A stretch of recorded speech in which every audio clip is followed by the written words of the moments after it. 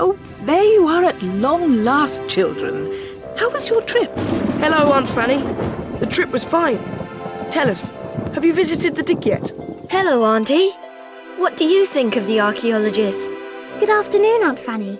How are you? Hold your horses, you three. I really can't answer 3 questions at once. Back to your question, Anne. I feel splendid. Thanks for asking. George couldn't keep herself from telling you two about the dig, eh? Yes, but that really is a piece of news. To your question, Julian, no, I haven't seen the dig personally. To be honest, I haven't had the time. I'll wait until they're done with the digging. At the moment, you can only see a very small part of it anyhow. And now to your question, Dick. The archaeologist is a very nice, courteous man. And an old acquaintance of your uncle's, by the way.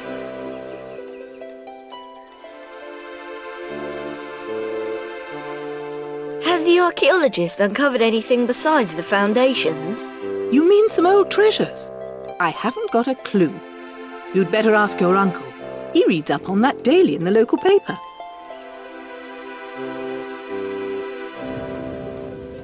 See if you can find out any news about the dig from my father. He won't tell me anything. All right, George.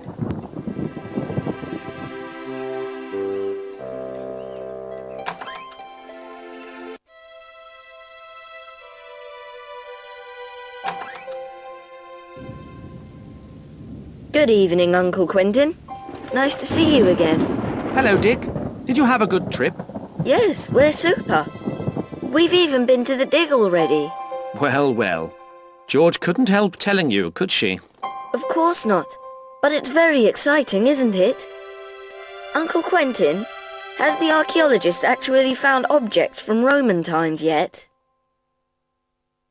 No, he hasn't. At least nothing significant. You think that his theory about a Roman settlement is really correct? I do believe he's on the right track. After all, he's uncovered a few foundations. But it's as if they've been picked clean, which is actually quite surprising, considering that this area was settled not only by the Romans, but by the Celts as well. Oh well, he's bound to make a few interesting discoveries. According to what George told us, he seems to be working really hard. He's got to. After all, he's under enormous pressure. People expect some significant finds from him.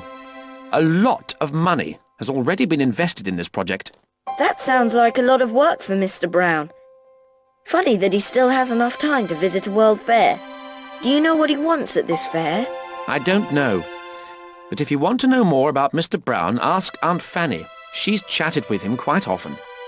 Now, if you don't mind, I have to get back to my research. I won't disturb you any longer then.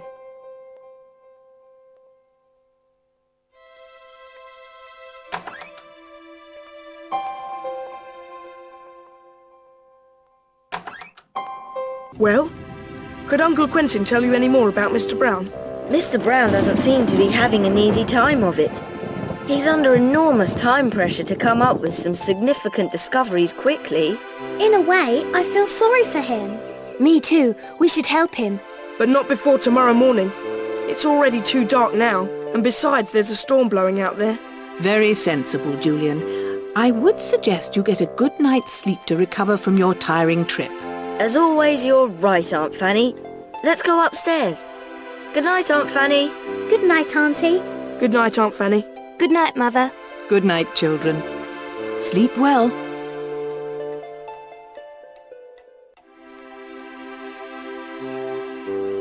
We should be off as fast as possible, so that we can examine the dig more thoroughly than we did yesterday. George is right. We should prepare ourselves for a day's outing. Don't you worry too much about that, Julian. I imagined that you'd be wanting to go to the dig today, so I've packed a few essentials into your rucksack. There are sandwiches, dog biscuits for Timmy, a thermos flask with tea, and a picnic blanket. That's great, Aunt Fanny. We certainly won't starve. And I can also show you what an archaeologist should know. We've got to take the excavation tools along for that, though.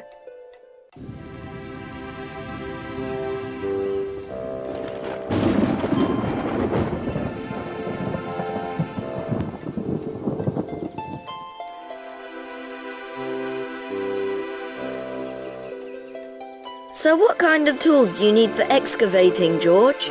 Well, a shovel, my archaeologist trowel, a brush, measuring tape, a pencil, and notebook. Oh, and the letter scales and a pair of binoculars. So where do we find all that? Well, you'll have to ask Uncle Quentin for the letter scales and the binoculars.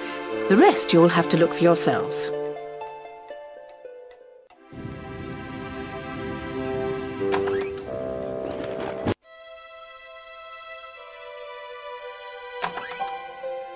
What's going on, Dick? You can't come barging in like that. I'm very busy.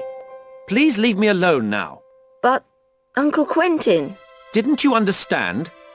Please leave me alone.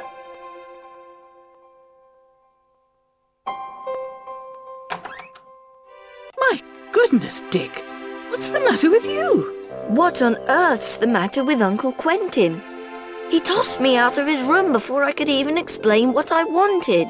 Don't take it so badly, Dick. Uncle Quentin's a bit aggravated this morning because he's up to his neck in work. He's got to get some very important things done this morning, you see. For one thing, he has an important parcel to post. Why didn't he say so in the first place? We could do that for him. Absolutely. We'll be happy to. He'll be pleased about that. In that case, he'll be happy to lend you the letter scales and the binoculars. So what are you waiting for, Dick? Go and suggest it to Uncle Quentin. Maybe you should knock first and not just barge in like that.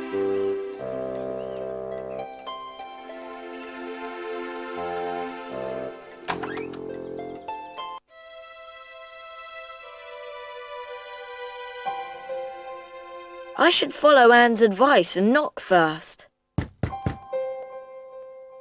Yes, what is it? It's me, Uncle Quentin. Dick. I only want to make you a brief proposal. Oh, well then, Dick. Come on in and keep it brief.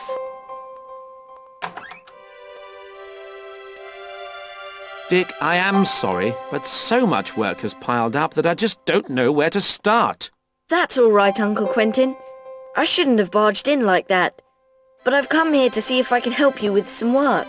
That sounds splendid. What have you got in mind? I'm sure your library needs sorting out. Very kind of you, but no thank you.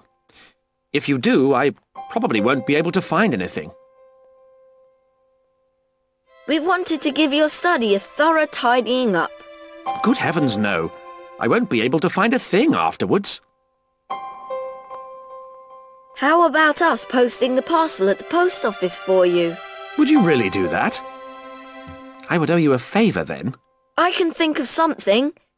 Could you lend us your letter scales and your binoculars? I knew there was something behind it. All right, it's a deal. But why do you need my letter scales and the binoculars? We want to go on an outing to the dig, and we still need a couple of tools. If we do find something, we have to measure and weigh it properly, don't we? You don't seriously believe that you'll find something there?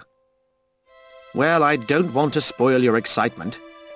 But take care not to damage anything, and keep away from the fenced-off area. But of course, Uncle Quentin. And don't come back too late. We'll be on time as usual, Uncle Quentin. Goodbye. We'll take that off to the post office quickly. Haven't we got an agreement, Dick? Haven't we got an agreement, Dick?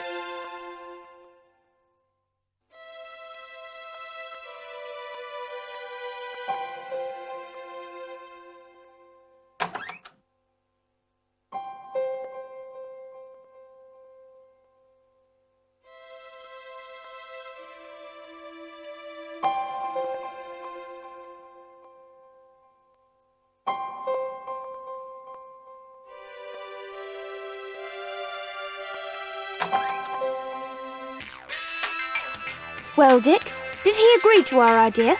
Yes. He'll lend us the scales and the binoculars if we post the parcel. That's great, Dick. Well done. If it's all right with you, I'll be happy to run the errand. It's all right by me. What about you? I'll go with you, Julian. Well then, we've settled that.